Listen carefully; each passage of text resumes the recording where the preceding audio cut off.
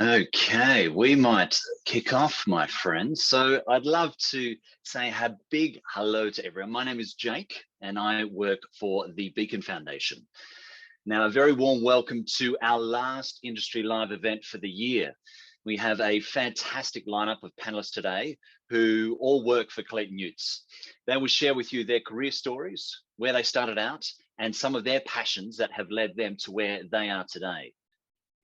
You will also hear their tips and ideas to help as you embark on your own journey into the workforce. And perhaps it may give you some ideas on how your own passions and curiosities can shape what you do as a career. So I would love to give a warm welcome to Bernadette, Anae, Malcolm, Tamaya, and Gabby. It's great to have you all with us today, and I'm excited to chat with you all and hear about your journeys and careers as well. Now that we've gathered here, I would love to start with an important acknowledgement. Now, it's important that the traditional custodians of the lands across this nation that we meet upon today are acknowledged. For me, that is Lutarita here in Tasmania, and I wish to pay my deepest respects to all Aboriginal and Torres Strait Islander peoples and to their elders past, present, and emerging. I also wish to extend that deep respect to any First Nation peoples joining us today as well. So how things will work today is that we will chat with the panelists who will share about their careers and how they got to where they are today. Then I'll dive into some questions that students may have about starting out and what are some of the important first steps to take when you are heading into the workforce. For those students attending live and would like to ask questions of any of our panelists, please let your teacher know and then type your questions into the Q&A panel that's located at the bottom of your screen. Myself and the team will answer those as soon as we can. So let's have a quick practice of that chat function. If I could get all the teachers to please type in your school's name and the basic number of students joining with us today, that would be fantastic. And I'm going to pull up my little chat to make sure that I can see that I can see how many we have joining us today as well.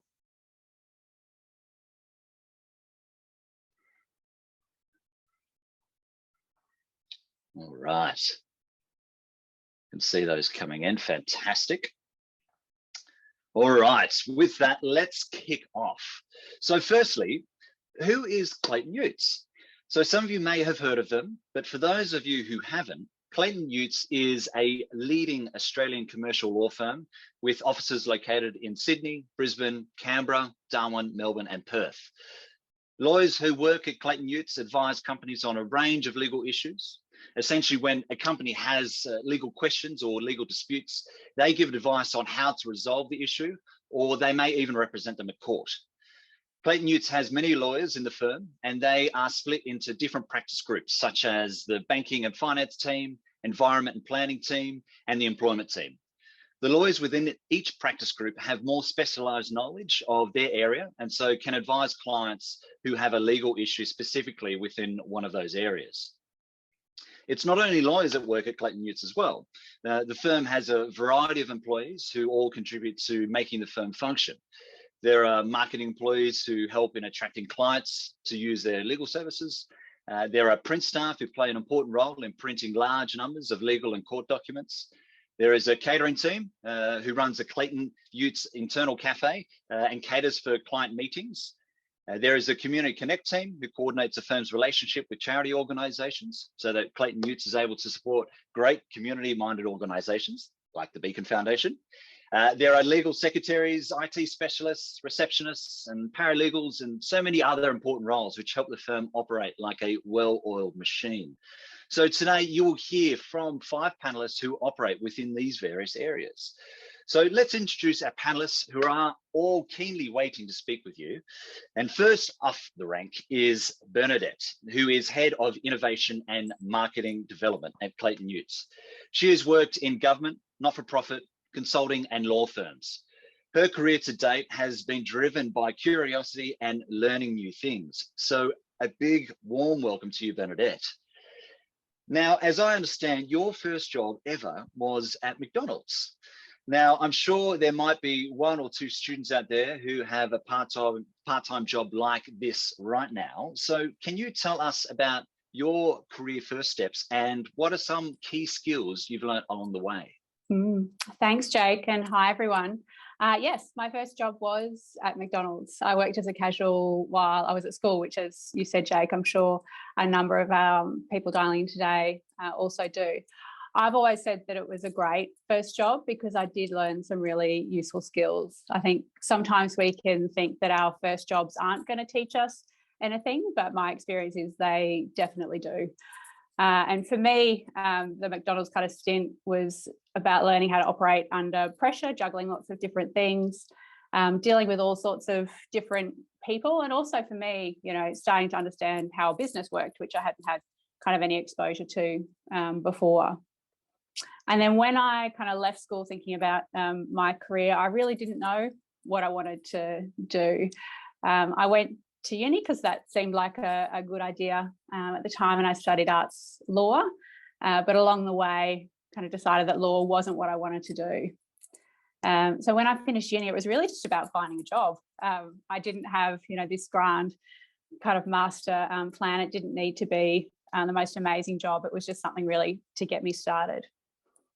And that's kind of how I really did approach my early career. I didn't have this vision or this purpose or kind of passion. I was more driven by, what was I kind of interested in? Was this a job that I thought could be fun, and could I kind of learn something? Most of my kind of early jobs were like that. I didn't have much experience. I was kind of learning along the way. So a big kind of lesson for me was being okay with being outside of my comfort zone.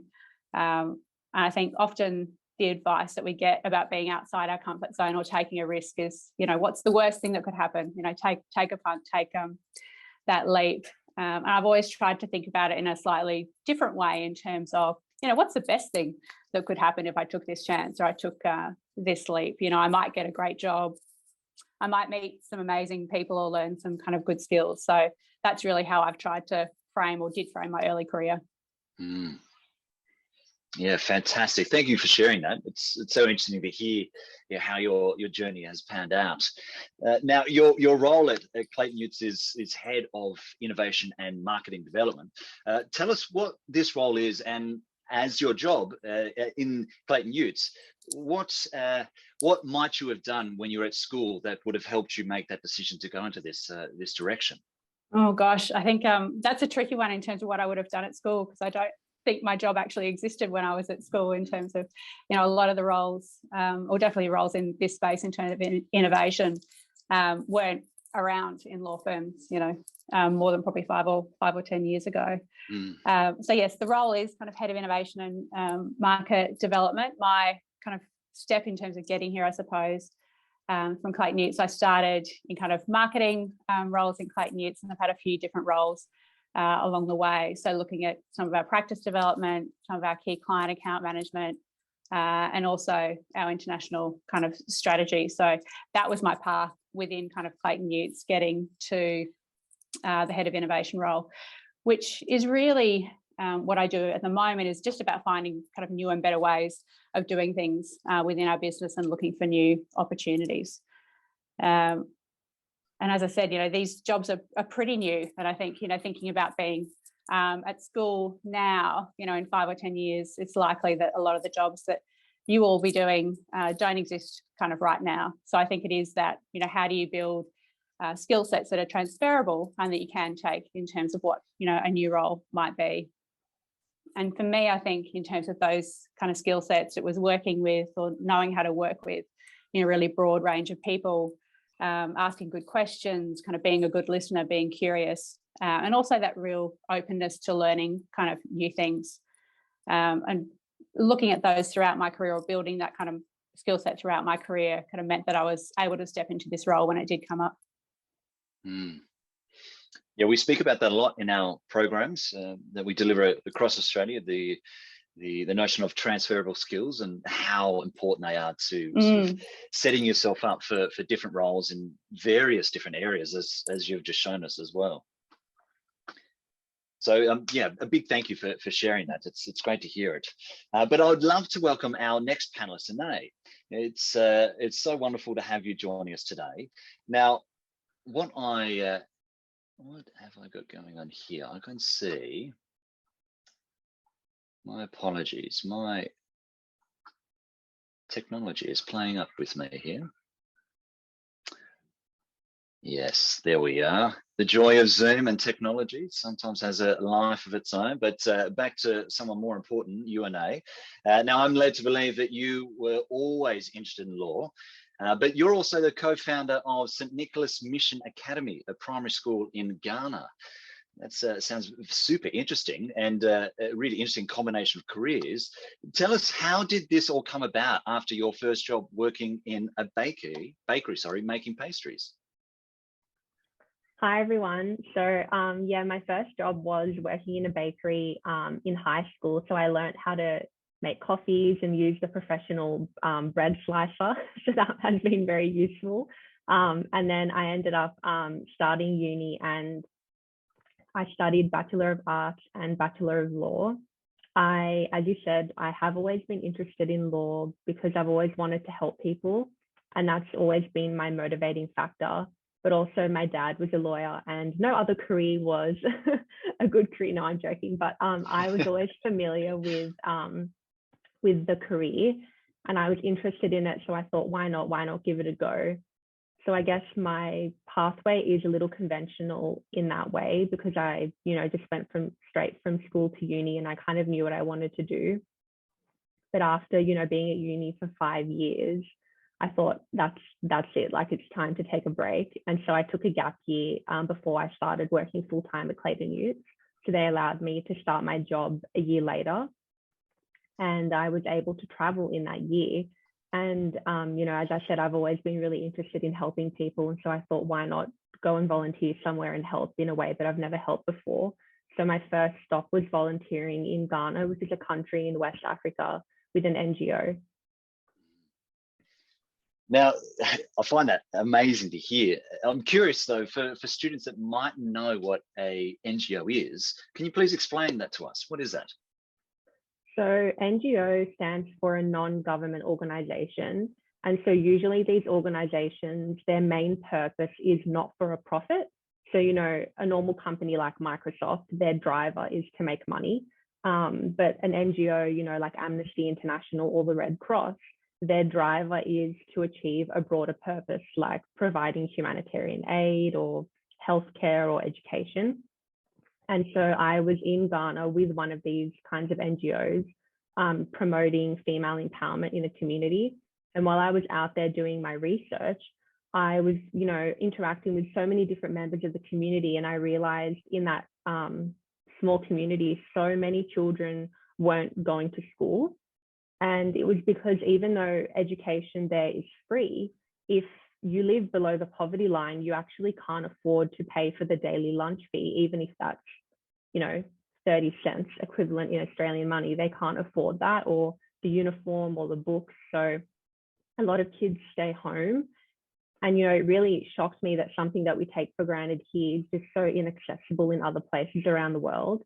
But, I didn't really think I could ever do anything about it. And I ended up finishing my program there. I went after that to Greece to work with refugees for a few months. And what I had seen in Ghana was always like haunting me in the back of my mind. And I decided to go back at the end of that year. And I collaborated with a former colleague at the NGO that I was with, that I was working with initially. And we just decided to start something. We just had a handful of kids. We had like 2 chairs and a desk. And we raised a bit of money. And now fast forward 3 years later, St. Nicholas Mission Academy has 90 students, 10 staff, and we provide the education for free, and it's catered to those very disadvantaged children in the community who don't have access to the local public school. And the daily lunch is provided, drinking water, healthcare registration as well, and all the books and stationery. So I'm still managing this school from Australia and working very closely with my co-founder in Ghana. And fingers crossed next year I'll be able to go when the flights are all open and everything. Wow, what a journey, and what a gift too. What a gift to give that to such a much needed cause. Absolutely. So thank you so much for sharing that, Anna. It's wonderful to hear that story. Thank you. Now, I would love to welcome our next panelist, Malcolm. Big welcome to you, Malcolm, and thank you for joining us here today. Now, your first job was a bartender while at university. I can connect with this because that's also something that I did whilst I was at uni as well. Now, for you, there is also that really lovely interest that I find really interesting, that you love to solve complicated problems.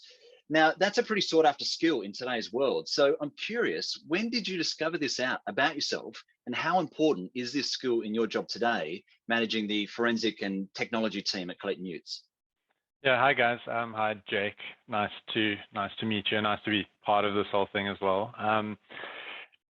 Yeah, so bartending was an initial stop on that journey. I guess it's something that a lot of people do. It had I guess shared interests in a good time and a little bit of money. So that's what kept me afloat for a while I was at university. But I guess to answer your question of working out when solving problems was kind of my thing, I think it started with when I started studying. I studied engineering in South Africa, and it was something that I think you learn a lot in that profession, or in that training, is that you basically just get given a set of really sophisticated skills to solve complicated problems.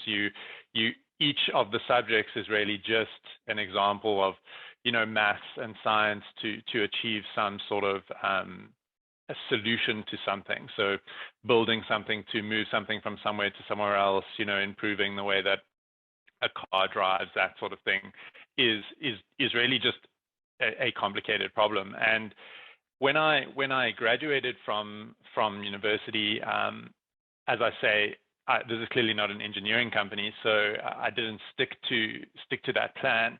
And I think it was something that I realized after working in the aviation industry and then getting pulled into consulting, that in general, all of work is really just a bunch of problems that people are trying to solve on like a continuous basis. So whenever I've been caught up in interviews, and something that I always answer is, they're kind of like, well, your background and this law job was nothing different. Your background isn't in this industry, why are you interested in it? And for me, the answer is always like, it's a new kind of problem to solve. I don't really mind what environment I'm working in.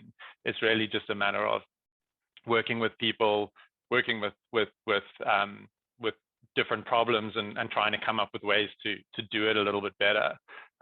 So that stood me well in studies. It stood me well in my sort of journey to law, which wasn't really straightforward. I've worked in the aviation industry. I've worked in the insurance industry. I've worked in financial services, so banking and things like that.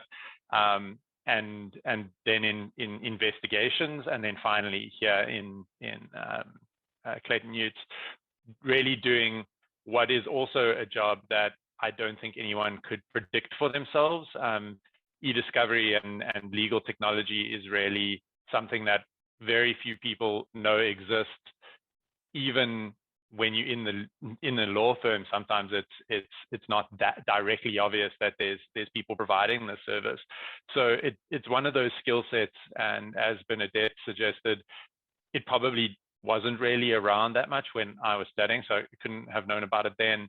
And it's one of those jobs that you get into the environment, you start building those skills, and then these things start to pop up around you as opportunities to apply your skill set somewhere else. And that's really what I do every day is something I couldn't have predicted. And I don't think anyone in the industry predicted themselves being there either. Yeah, I can totally understand that. And I just really love, as I hear your story, just that, I suppose, your point of not really needing to know exactly what it is that you're wanting to do. But I suppose maybe if I heard the theme correctly, it was more about finding what you're interested in and working out how to get good at that, whatever that is. Yeah, that's always been something I spend quite a lot of time reading about, different people's ideas on these kinds of things, and passion is something that's often quite heavily highlighted. But for me, it's always been, I've always enjoyed things that I could do well, and I've always been better at doing things that I had fun doing. So that kind of like reinforcing loop is something that I've tried to pursue always, is look for something that I think is pretty cool, pretty interesting. I could see myself spending time doing maybe on my off day, and lean into that. What, you know, who does that? What kind of, is there a job that pays you to do that kind of thing? And then push along that, and then you tend to get good at that, and it kind of follows suit. Yeah, I love that. Follow your interests. That's absolutely gold. Thank you for sharing that, Malcolm. Really, really love that. And I think this notion of following your interests probably speaks very well to our next panelist here, Tamaya. I'd love to warmly welcome Tamaya to the panel today. Now, I hear, Tamaya, that the plaque that's probably on your desk currently right now is the DJing lawyer. Is that correct? Yeah. Not quite. Not quite. Quite funny. When I got asked to do this, I was kind of shocked that the two were put in the same sentence. But it's been really great to be able to come here and kind of consolidate the fact that you can be more than one thing. So it's really nice. Absolutely. To be talking to everyone. Absolutely. And I think a bit of an interesting point to, or not even a point, but a tool or interest to your swagger of things is it's quite cool to pull out. So I'm curious though, like how is it that your career journey started, and how do you combine this wonderful interest of things that you have into your career now? Yeah, so when I was in high school, actually, I would never have imagined that I was going to practice as a lawyer. No one in my family went to university, and I didn't have really any connection to anyone who worked in the legal field or any professions really at all. So it seemed really out of reach for me to kind of even take these things into consideration, because it's just not, you don't see people you know doing it. So it's hard to visualize yourself in those shoes. But I think as I kind of went through my senior years of school, I really got interested in social justice particularly. And I felt like I didn't know how I was going to pursue a career in there, but I knew that law was kind of a way that you could do a broad degree, but also there's so many opportunities and so many channels that you can go down. So then I got into law when I finished school, and obviously you study at uni for quite a few years. And whilst you're at uni, I moved from the Central Coast down to Sydney, and there's so many new experiences. And one of the things I kind of delved into was music. And having more time whilst I was at university, I decided that my interest in music, why not try DJing? Because that's kind of the next step, I guess, that in my mind. And also it's just a bit of fun to begin with, but I did it a lot at home, and then I started playing out.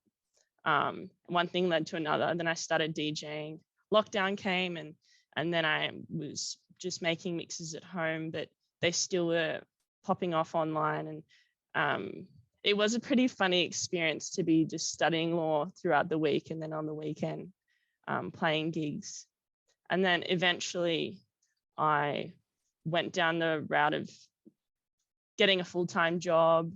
Then I started working, and I guess I'd already kind of paved my way within music, and I didn't really think about it when I was doing it. I just kept on going.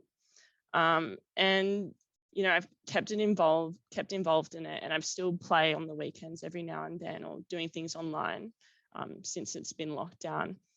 But I think something that I've really taken on board or told myself is, initially before I started, I thought, I don't know if I'm going to fit in with this career, because I have interests that lawyers aren't really meant to be interested in, or that you're not stereotypically wouldn't imagine a lawyer to be doing.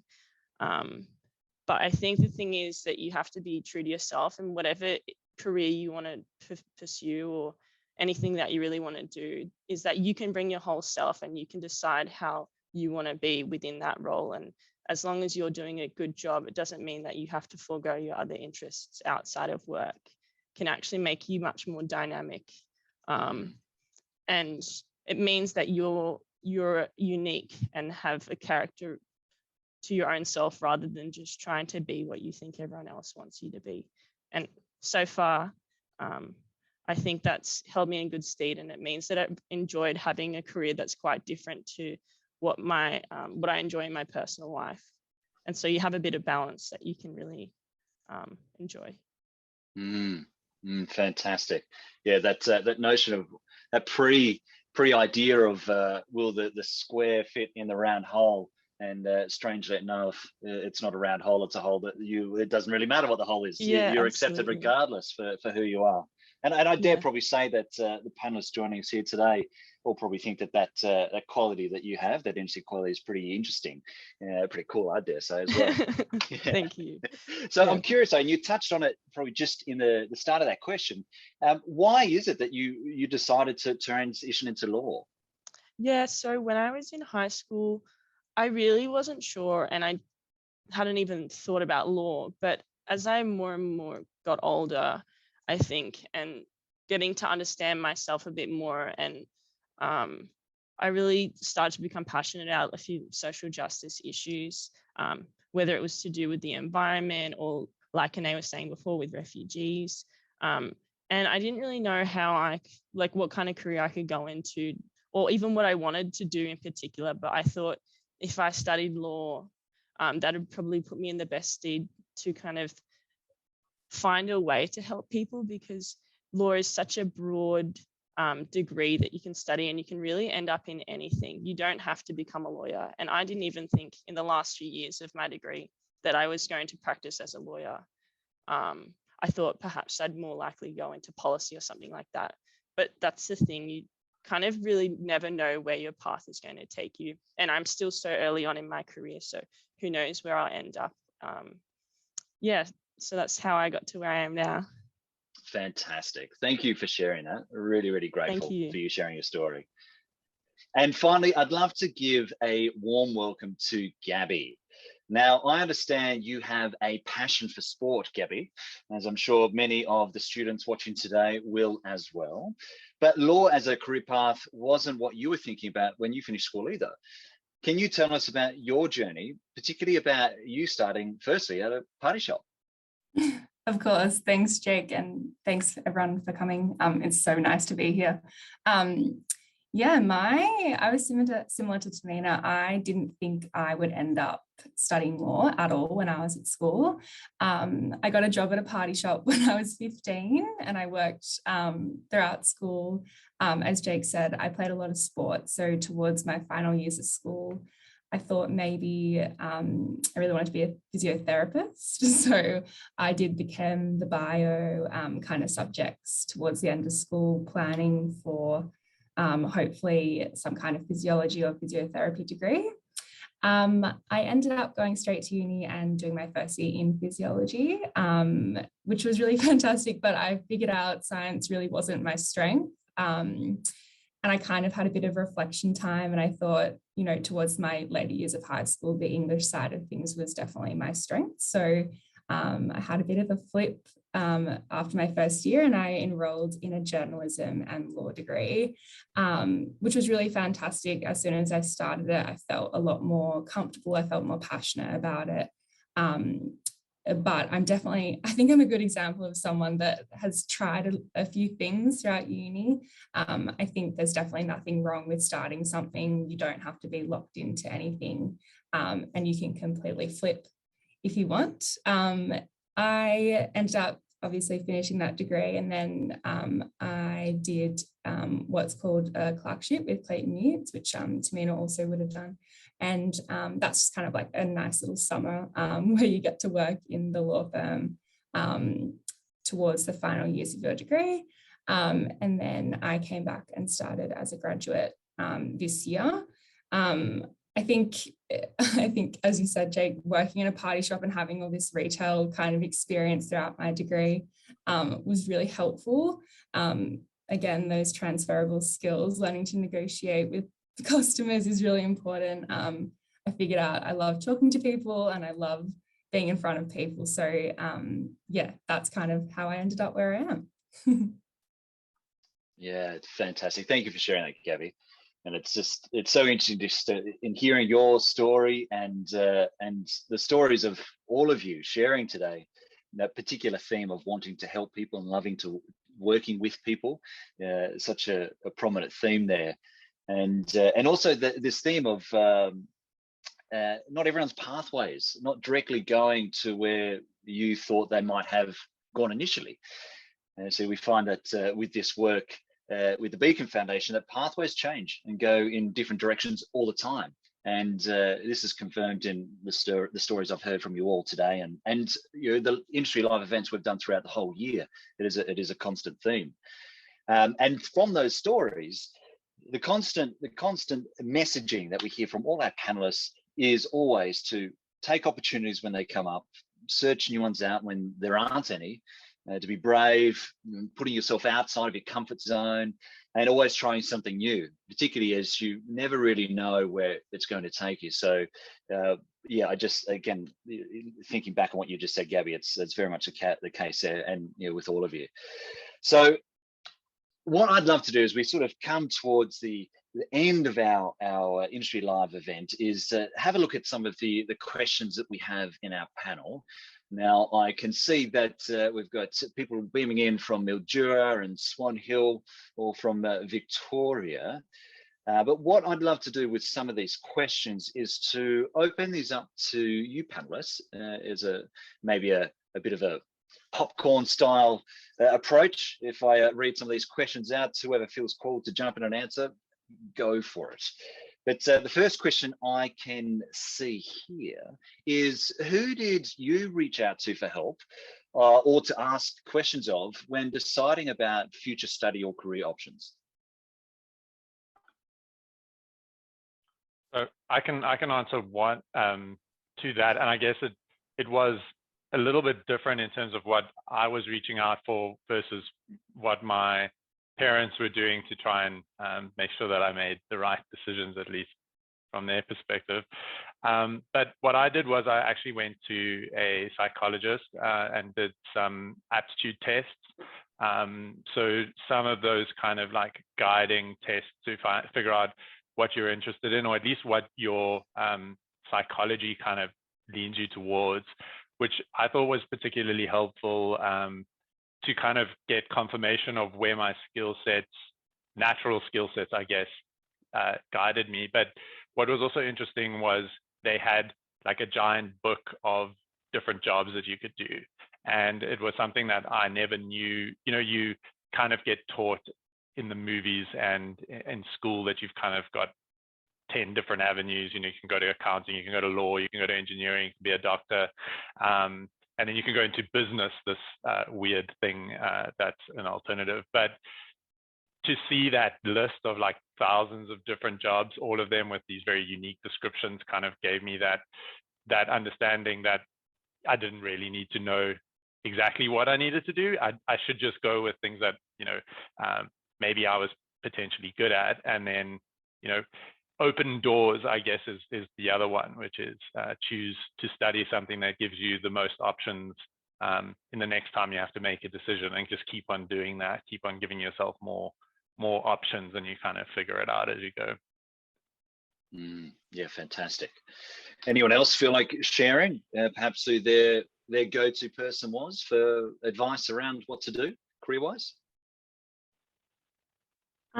I would recommend also speaking to a career counsellor if your school has one. I knew that I wanted to do law, but I didn't know where I wanted to study. And my career counsellor told me about different unis that were even outside, of Sydney, really great unis in Canberra that I didn't really know about.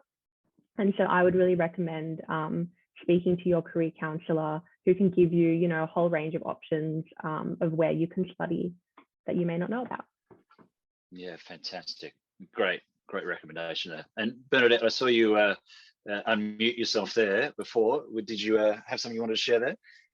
Yeah, probably similar to Anay in terms of people at school, like similar to Tamina. I didn't have necessarily a lot of people around me who were doing different careers who I could talk to from a broader kind family perspective, I suppose. So for me, it was using some of those school networks and trying to understand, what I could potentially do. So I think if that's available to you, because there are so many things out there, as Malcolm said, that you just don't know are actual careers or things that you could do. So being able to have those conversations and kind of broaden your perspective is always useful. Yeah, very much so. Very, very much so. All right. So question 2 that I have here as well, and I think you could all of you have probably got something to share on this one, but does it matter if you study some things at school and then you change your mind about what you want to do after school? Shaking heads, lots of shaking heads there. All right. I'll just jump in. I think in some ways, definitely it helps, but it's not a determining factor as to what you can do. Particularly if you wanted to go into law, there's not like subjects that are required for you to actually study it at all. Maybe for certain science degrees, it's expected, but you can also do bridging courses. So at the end of the day, if you really decide you want to do something that you didn't think you wanted to, or it doesn't align with the subjects you did, there's always a way for you to get into it. So I wouldn't stress too much about it. I think another thing to add, and I didn't study in Australia, so I don't know exactly all of the kind of academic structures that you have to follow. But the one thing that I found people do is they think they're kind of running out of time all the time, and you'll do your first year or your second year and feel, well, I've already committed that time to something, and that's kind of my decision, so I just need to carry on with it. And I think it's important that that's not the case. Some degrees take a lot longer. Some people start later in life to do different things. If you feel like you don't want to do the thing that you've been doing for 2 years, it's probably a good idea to think about trying something else. And if it sends you back a couple of years in, you graduate 2 years later than your peers, that doesn't necessarily matter, or it actually doesn't matter at all, really. And if you're doing something you now like to do, it could change, the next 30, 40 years of your life as well. So I think that's important to think about as well. Yeah, very much so. Very much so. Any final thoughts on that one before I dive into another question? I might quickly add, just Go. going off what Malcolm said, I have a really close friend who started uni and did law for 5 years, has been working at a law firm for 2 years, and now has decided she wants to be a doctor. So it's never too late. She's in her late 20s and is now going to be enrolling in medicine and embarking on a new 10-year university journey. So it's never too late, and don't feel like you're behind because you're not racing with anyone. Yeah, so true. So true. And I think if I was to put myself back in the shoes of, say, the students that are watching us chat today, some of them are about to make, if they're not already, making decisions about what that next step is. What do I do? What were some of the questions that you might have been asking yourself about what to do when you're at that point at school? What do I do? Some of you have already spoken to it, but was there a particular question that you asked yourself perhaps at that time? I can jump in. I definitely had a period towards the end of my later years of school where you start to ask these questions. I think a big one for me was I knew that I was someone that could be interested in a lot of things. I think I knew that whatever I did, I would find a way to be passionate about it in some way. But I think a big one for me was figuring out, kind of deep diving into my personality a bit and figuring out what industry or what job or what, degree or career could I do that really challenged me. And I think as I kind of navigated that question, I knew that one of the big things for me was I really needed to work with people. I knew that I wanted to be, facing people every day, figuring out problems in teams. And I knew that that was really important for me, long term, to kind of have that socialization. So I guess if you kind of deep dive, like I said, into your personality, what makes you tick, like what makes you feel passion, that's a question that you can ask yourself very early on. And I think everything kind of falls into place, hopefully, from there. Yeah, definitely a slightly different perspective on chasing what you want to do is listening to what's important to you. Yeah, very much so. Lovely. Well, what I would love to do is thank you all panelists for just sharing your thoughts on some of those questions. It's been great to hear all your advice and your thoughts around those questions that have been shared. So what I would love to do and get from you panelists is your one final parting tip, perhaps, the gold nugget, for want of a better term, that you would love to share as a parting piece of advice for the students that are watching today. So maybe if I start on my Zoom screen, I start with you first, Bernadette. What's the final piece of advice you'd love to part with today? I think you've picked it up, Jake, in terms of some of your summaries, but for me, it's, don't worry if you don't have a master plan, you figure it out as you go along, but do get outside your comfort zone, because that's where you will find different things that you didn't even kind of know that you might be interested in, or that might kind of form a career or a job for you. And then finally, think about the best thing that could happen, as opposed to thinking about the risk side of it. So embrace that, I think. Fantastic. How about you, Ngo? I think for me, if it's something that you're interested in, even if it's, again, outside of your comfort zone, and no one has ever done this before, just be brave and have a go. I just went to Africa on a whim. No one that I really knew or anyone in my family had done what I did, and now I've kind of built my second career out of this. So you never know how one little opportunity or passion that you pursue could end up being your career. Yeah, fantastic. And you, Malcolm, how about you, my friend? I think those two are really good ones, and I think for me, it's as I said before, do something that you enjoy, that you think will give you kind of value in your life. You spend a lot of time doing what you do for your career, and it's important that you have fun doing it, that you want to wake up every day and go into it. And I think two things there: if you wake up every day and you don't like it, then you should definitely consider something else. And if you don't know what you like, just try lots of different things. Go to Ghana, DJ, do that stuff, and then maybe you find that thing that you really enjoy. It's impossible to have all the answers at the beginning, so you just need to keep on trying new things. Yeah, you're right. The trap of falling into wanting all the answers. You're very much so. Thank you for that, Malcolm. And Tamina, how about you?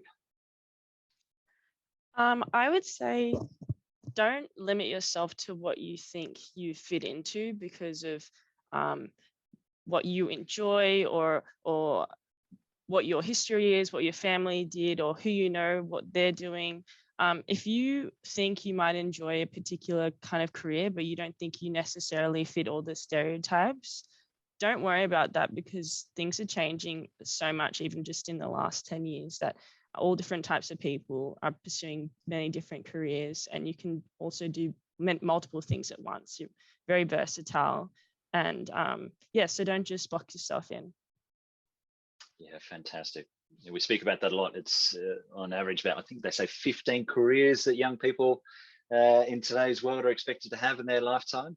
So you're so right, Tamina. And definitely last but not least, Gabby, how about you? Yeah, mine would be, I don't think anything that you ever do will be a waste of time. I think everything that you embark on or that you choose to do out of interest, or whether you feel like you fell into it or whatever happens, there are always things that you can learn from those different experiences, whether it's knowledge, whether it's new friends. There's always really positive aspects of the little things that you'll do along the way. And I definitely think if you get a part-time job, I was a perfect example of someone that learned really great things along the way from doing things completely different and then ending up somewhere where you suddenly realize that all these things kind of fall into place and you don't realize where you learned them. So I think nothing, is ever a waste of time, in my opinion. Wonderful, wonderful parting advice. All of that, just absolute gold, absolute gold. So thank you, thank you, thank you. Let's give a big round of virtual applause to our panelists today, Bernadette, Hanae, Malcolm, Tamina, and Gabby. Thank you so much for joining us today. And I want to extend that thank you to Clayton Utz as well for joining us and supporting this industry live, because it's made it possible for everyone, including us here, to make this possible for everyone today.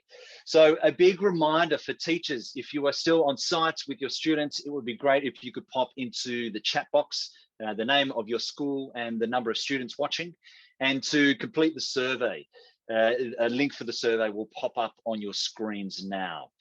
So thank you again for attending our last event for the year. Again, I just want to give one final thank you to our panelists for today.